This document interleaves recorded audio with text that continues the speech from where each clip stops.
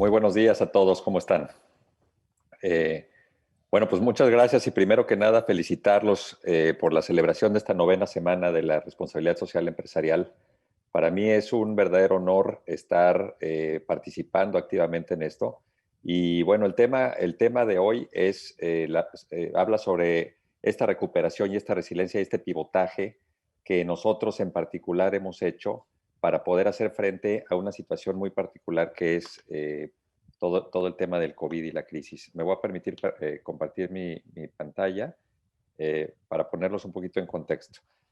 Nosotros somos una empresa que llevamos un poquito más de 20 años haciendo negocios sociales, pero para poderlo contextualizar, dado que es una semana que no solamente habla del emprendimiento social, sino habla en general de la responsabilidad social empresarial, quisiera poner un poquito en contexto exactamente a qué se refiere el emprendimiento social. Yo sé que muchos de ustedes lo saben, sin embargo, me voy a permitir rápidamente compartirles un breve video para ponerlos en la misma sintonía y poder profundizar con mayor eficiencia en el tema.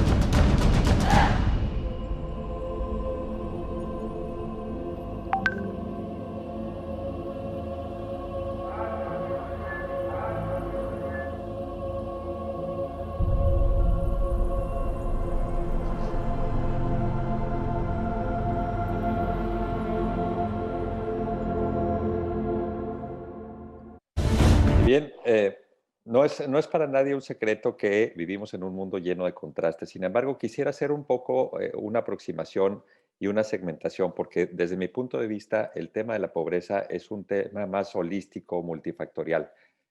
Hablar de pobreza, digamos, en un primer plano, simplemente tiene que ver con la capacidad de generación de riqueza y un marco de referencia.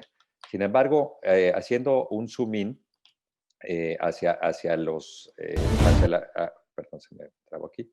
Haciendo un zoom in sobre la pobreza, no solamente tiene que ver con las condiciones de vida de las familias, tiene muchas más implicaciones. Hace algunos años decidí dejar justamente el mundo corporativo. Ahorita me daba mucho gusto ver a Marta en su ponencia anterior y saber que activamente participan empresas a las cuales tuve el honor de pertenecer como CEMEX, activamente en el tema de responsabilidad social empresarial.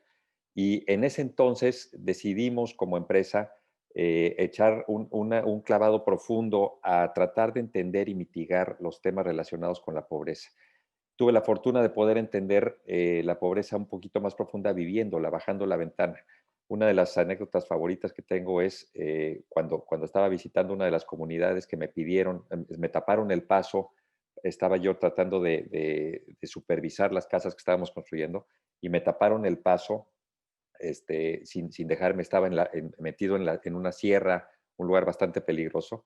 Y cuando bajé la ventana para ver por qué me estaban tapando el paso, me decían: oye, ¿usted construyó las casas? Pues decía: sí. Bueno, es que quiero ver a quién le doy las gracias. En ese momento lo que pasó por mi cabeza es: oye, hay que aprender a vivir la pobreza, hay que aprender a bajar la ventana. Desde entonces, lo que he tratado de hacer es crear propuestas de valor basadas en la experiencia y basadas en el amplio conocimiento de la pobreza desde otro punto de vista. Y voy a tratar de explicarme un poco mejor. Porque lo que he venido entendiendo es que la pobreza no solamente, o esta desigualdad social que vivimos, no solamente tiene que ver con el entendimiento de la pobreza, sino el entendimiento en dos vías. Y para tratarme de explicar todos los que han tenido la oportunidad de visitar la Ciudad de México, la foto del lado izquierdo es una típica fotografía de la ciudad cosmopolita, llena con 23 millones de habitantes, llena de oportunidades y retos y tal, una ciudad complicada, pero muy compleja y muy bonita. Sin embargo, para todos aquellos que viven en el poniente de la ciudad, que por cierto es una de las zonas más caras de México, es muy común que al asomarse por la ventana veas algo como lo que está del lado derecho. Estos contrastes no son algo poco significativo, porque si nosotros hacemos un acercamiento hacia lo que verdaderamente está pasando con estos contrastes, es que típicamente las personas, por ejemplo, el servicio doméstico que trabajan en las casas de mayor ingreso, tienen ellos un conocimiento de una vía hacia la riqueza. Ellos viven, respiran y conviven con el mundo de la riqueza. Ese es un conocimiento de una vía. Ese conocimiento lo van absorbiendo. Ellos saben perfectamente los usos y costumbres de las personas que tienen mayor ingreso. Sin embargo, ese conocimiento no es de regreso, no es de dos vías. No es tan común que la gente que tiene mayores ingresos esté interesada en ver qué realmente está pasando con la gente de menores ingresos. Y eso lo que va creando es una brecha muy peligrosa que si le estiramos demasiado, se puede convertir en un problema social peligrosísimo, que puede, por supuesto, derivar en violencia y en algunas otras cosas terribles. Pero todavía hay una dimensión más que tiene que ver más con el consumo. Digamos, este conocimiento y esta brecha entre ricos y pobres no solamente pasa en países en vías de desarrollo, también pasa en países como Estados Unidos. La foto del lado izquierdo es una foto de Miami, la típica foto de Miami que se toma desde el mar y demás. Sin embargo, dentro del país, dentro de la primera economía mundial, también existen estas diferencias que empiezan a crear un resentimiento social tremendamente peligroso y que desafortunadamente en épocas de crisis como la que estamos viviendo ahora, empiezan a florecer y a tener consecuencias reales. Hay una tercera dimensión que son los patrones de consumo, que también generan un resentimiento social. Entonces, estos patrones de consumo, que no necesariamente es algo implícito, sino la gente hace explícito que puede tener acceso a ciertos bienes y servicios solamente por el hecho, como bien me encantó lo que decía Marta, el ego que nosotros tenemos es yo puedo, yo lo hago. Sin embargo, voltear a ver a los demás es algo que no tenemos implícito y tenemos que empezar a tratar de hacerlo explícito con estos patrones de consumo, ¿no? La dimensión de pobreza, como todos sabemos, es algo gigantesco, ¿no? Un poquito más o más bien, ya nos estamos acercando a los 100 millones de personas viviendo en pobreza extrema en el mundo y sumando, minuto con minuto se van sumando personas con pobreza. Y por supuesto, esta época del COVID lo que nos ha traído es un acelerador importantísimo para generar un mundo un poquito más hostil en términos de condiciones de vida. Y tenemos los que tenemos el mando de las empresas, tenemos que poner manos a la obra y hacer algo al respecto. Hay datos alarmantes. En la economía número uno del planeta, uno de cada 8 personas está considerado oficialmente pobre y de esos, una tercera parte son niños, ¿no? Las caídas en la economía todos las conocemos y por supuesto la generación de pobreza minuto a minuto es un tema alarmante.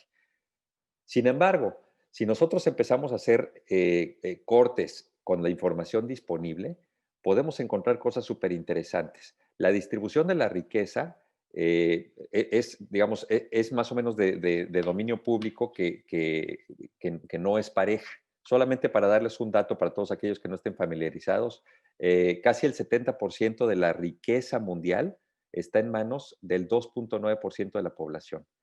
Eh, Perdón, al revés, el 2.9 de la riqueza mundial está en manos del 70% de la población, es decir, 70% de la población maneja muy poquito dinero.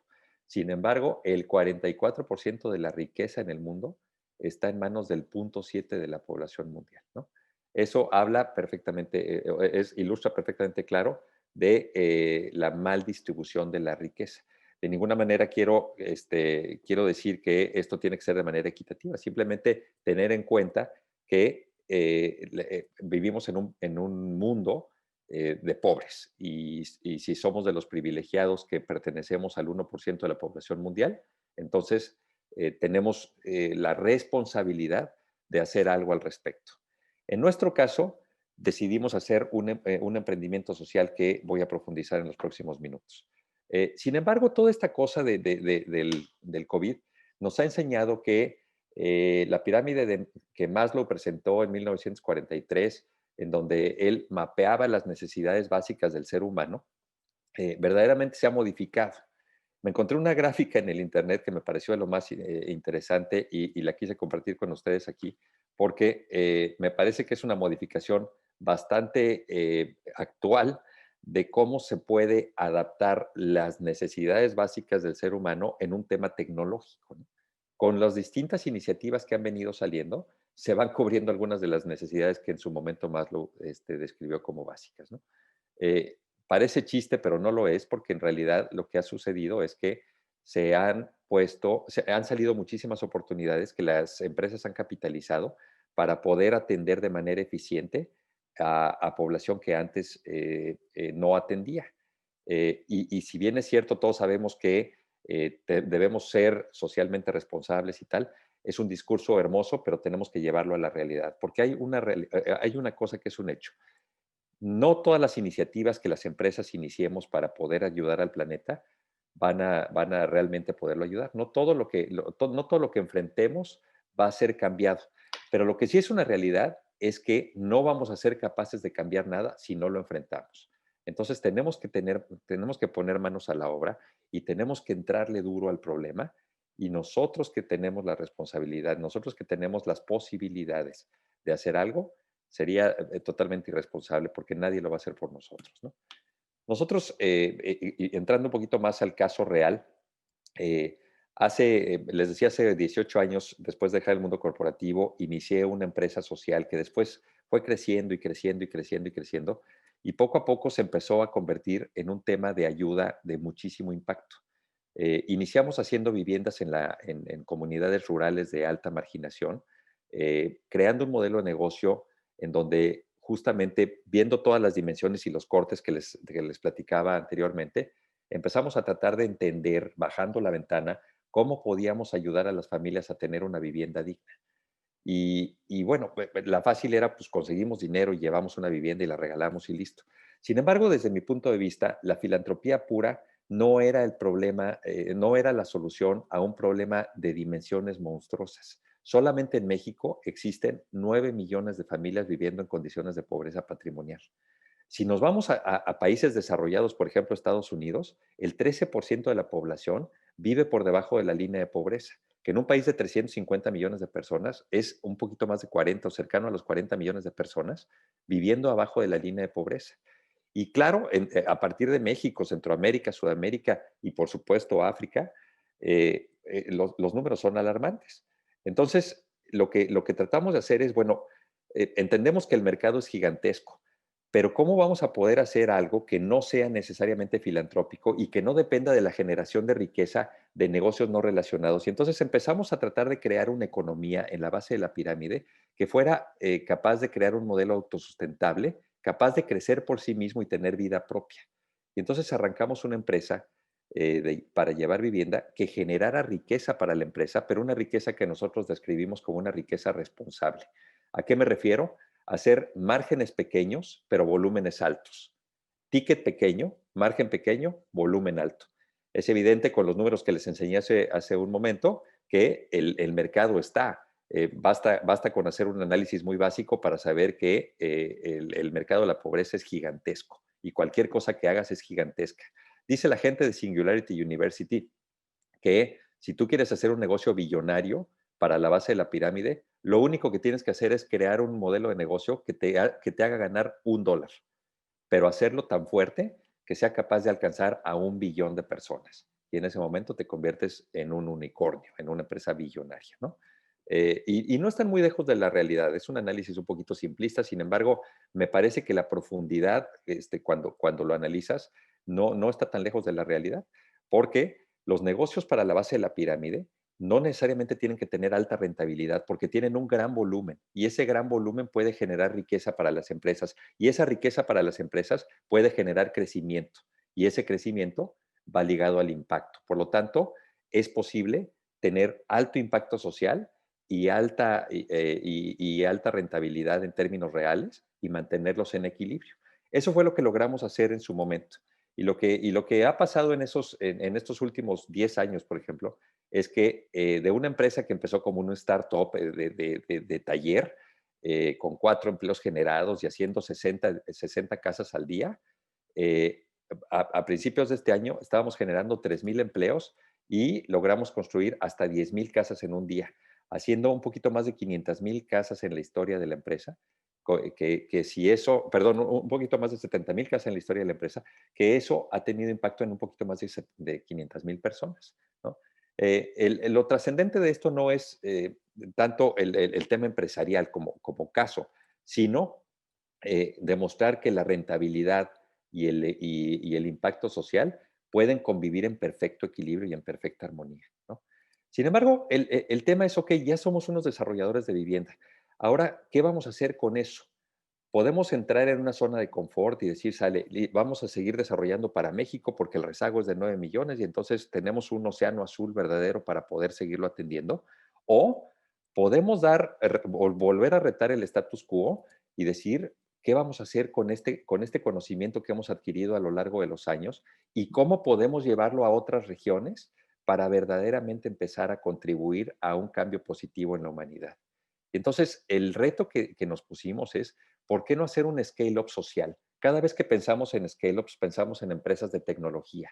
Cuando a alguien le preguntas, descríbeme un scale-up, lo primero que le viene a la mente es Facebook, Twitter, no sé, Zoom, un scale-up, unas empresas de alto crecimiento en periodos muy cortos, pero típicamente te lleva al mundo de la tecnología. Sin embargo, con la dimensión que tiene la pobreza, ¿por qué no poner un modelo creativo y empezar a generar modelos que verdaderamente hagan un scale-up social? ¿Por qué no? Y por supuesto, retar otro status quo de, en vez de pensar global y actuar local, ¿por qué no pensar global y actuar global? Y es así como empezamos a crear un modelo disruptivo en una declaración que hablando con un profesor de Harvard, me decía, ¿en dónde te ves en los próximos 5, 7 y 10 años? Le dije, bueno, lo que queremos es ser una de las empresas más influyentes en el mundo social. Y me decía, ¿para qué? Le dije, porque nosotros no podemos solos. Lo que necesitamos son aliados. Lo que necesitamos es empezar a contagiar. Este es el contagio que sí queremos. No queremos un contagio como el COVID, queremos un contagio positivo que empiece a crear conciencia en las empresas de que sí es posible generar impacto social y rentabilidad al mismo tiempo y que no necesariamente el apoyo tiene que ser filantrópico. Sí se necesita la filantropía, pero se puede multiplicar.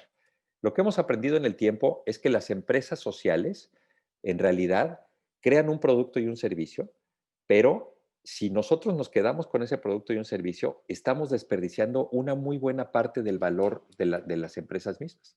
Ese producto y ese servicio en realidad lo que está generando es una base de conocimiento importantísima, una base de conocimiento que permite hablar con la riqueza y hablar con la pobreza. Te vuelves en una especie de funnel de traductor entre las familias ricas y las familias pobres, entre la generación de riqueza y la necesidad de conocimiento para poder generar la propia riqueza. Cuando logramos entender eso, lo que decidimos fue llevarlo al siguiente paso. Y entonces pasar de desarrollador de vivienda a una empresa social integral. Empezamos a pensar de una empresa local, hacer una transición a una empresa global y lo más importante es que dejamos de pensar como una empresa de silo a una empresa y empezamos a pensar como una empresa de plataforma. ¿A qué me refiero? Que con el mismo conocimiento podemos incursionar en distintos negocios que tienen que ver de manera transversal con la atención a la base de la pirámide. Y puedes generar economías de escala importantísimas aprovechando esa profunda penetración que habíamos logrado atendiendo a 500,000 personas. Y entonces iniciamos con alianzas importantísimas con una de las empresas que había metido su pie en México como Ecofiltro, fundada en Guatemala por un gran emprendedor social, Philip Wilson, y dijimos, oye, hagamos una alianza y atendamos México y atendamos Estados Unidos con tu propuesta de valor. Y eso está volando la bola del estadio, como dice la gente que le gusta el béisbol. Hicimos una alianza con una empresa que se llama Vitaluz, en donde invertimos capital semilla y ahora estamos dando microcréditos para la gente que quiere comprar servicios en prepago. En Estados Unidos estamos llevando nuestro conocimiento, retando nuestro modelo a un mercado desarrollado para atender vivienda, para atender con vivienda a este 13% que vive por debajo de la pobreza, de la línea de pobreza patrimonial, ¿no? El caso de Ecofiltro es un tema que me llama tremendamente la atención de cómo, haciendo un pivotaje a tiempo, pudimos hacer de esta crisis una gran oportunidad. Ecofiltro es una empresa, como les decía, fundada por Philip Wilson en Guatemala y que se ha dedicado a llevar una propuesta para tomar agua pura de bajo costo, pero de alta calidad. Y básicamente el foco que había iniciado en México era llevar con un contenedor muy bonito al mercado de altos ingresos una propuesta para que dejara de contaminar el planeta con botellas de PET. Y por supuesto eso tiene un impacto gigantesco. Y lo habían hecho bien. Cuando nosotros compramos la empresa mexicana y empezamos a operarla al 100%, dijimos, oye, ¿por qué no empezamos a ligar esta propuesta con la base de la pirámide? Y entonces empezamos a hacer un ejercicio de innovación frugal y dijimos, bueno, ¿qué le podemos quitar y qué podemos aprovechar para, sin demeritar la calidad del agua, llevarle ese producto a la base de la pirámide y sin necesariamente hacerlo de una manera filantrópica? Y entonces creamos un programa que le decimos Ayudando un Chorro. Ayudando un Chorro es un programa en el que empoderamos a las mujeres para que vendan estos filtros en sus comunidades, simplemente cambiando los contenedores, pero la calidad del agua es exactamente la misma. Entonces la funcionalidad es exactamente la misma, pero estamos empoderando a la mujer, estamos creando grupos, estamos creando microempresas en las comunidades rurales y por supuesto estamos ayudando al planeta en un lugar en donde todavía no tenía cabida este tipo de soluciones, ¿no? La pandemia nos vino todavía a enseñar algunas cosas que se han capitalizado como empresa. Entonces, cuando empezamos a ver lo que empezó a pasar en China y que empezaron a cerrar el retail y que empezaron a cerrar, digamos, los canales básicos, reaccionamos rápidamente y entonces fortalecimos las plataformas de comercio electrónico.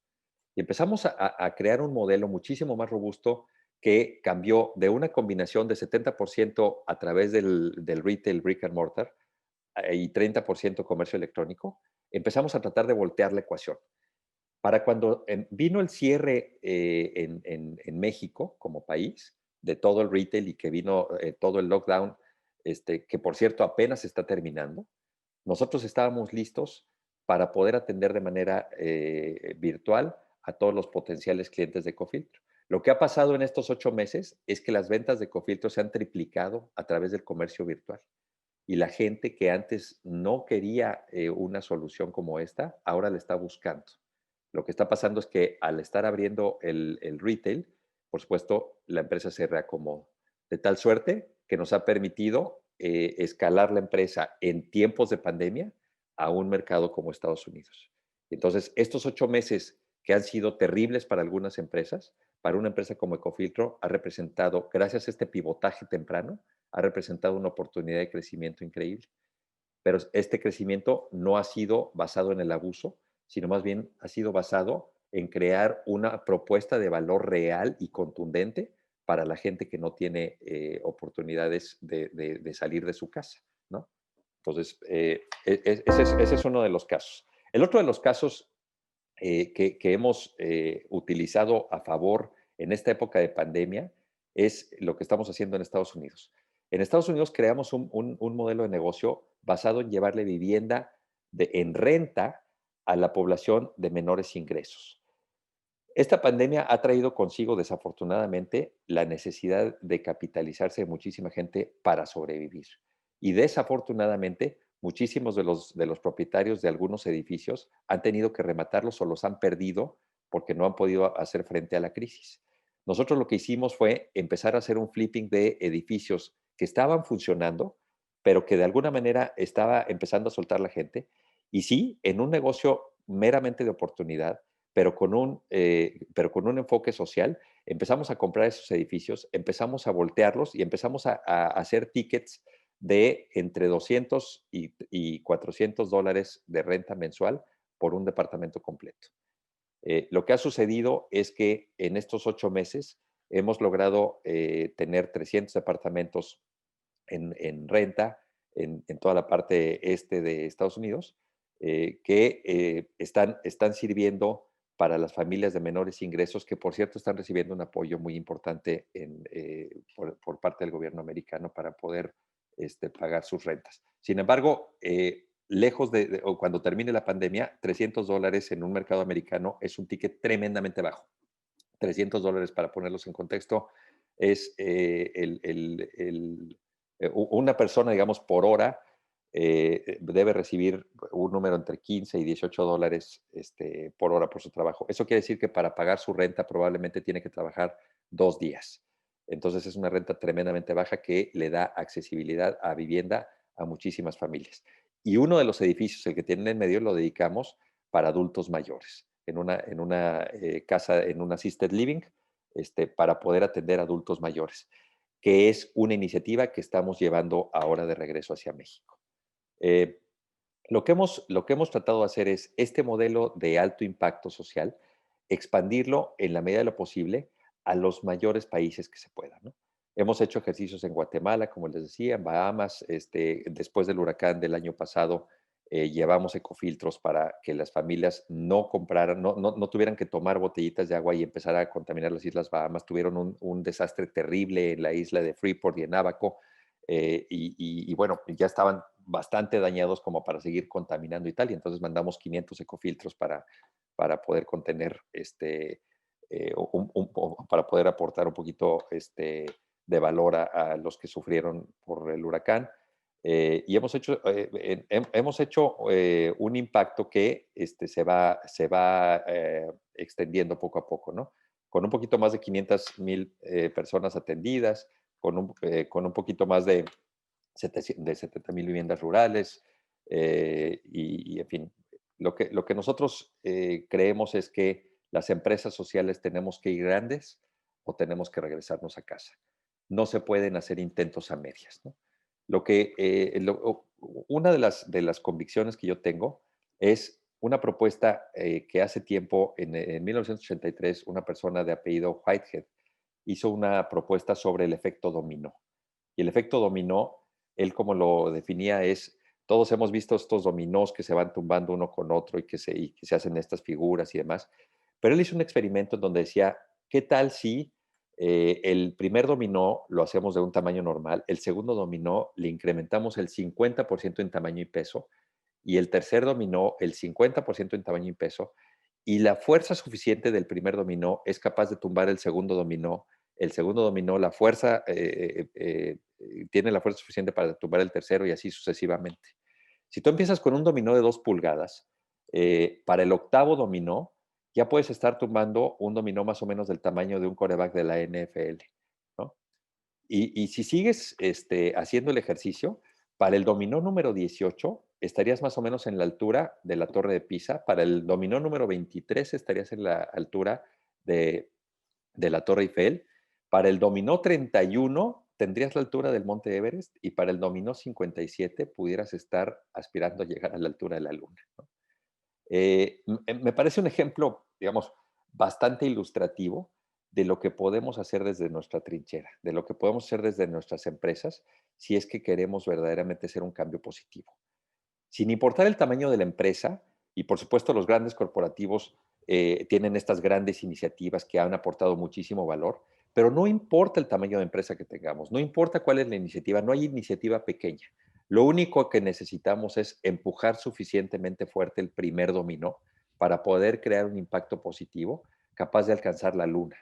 Y termino con una fábula con la cual termino el libro que tuve la fortuna de presentar hace un par de años, que hablo justamente de un guerrero que quería atravesar la luna y lo que empezó a hacer fue lanzar su lanza lo más lejos posible, una y otra vez, y cada vez que se metía el sol y salía la luna, lanzaba su lanza y por supuesto transcurrió su vida, y él nunca fue capaz de atravesar la luna con su lanza. Sin embargo, nunca existió un guerrero que lanzara su lanza más lejos que él.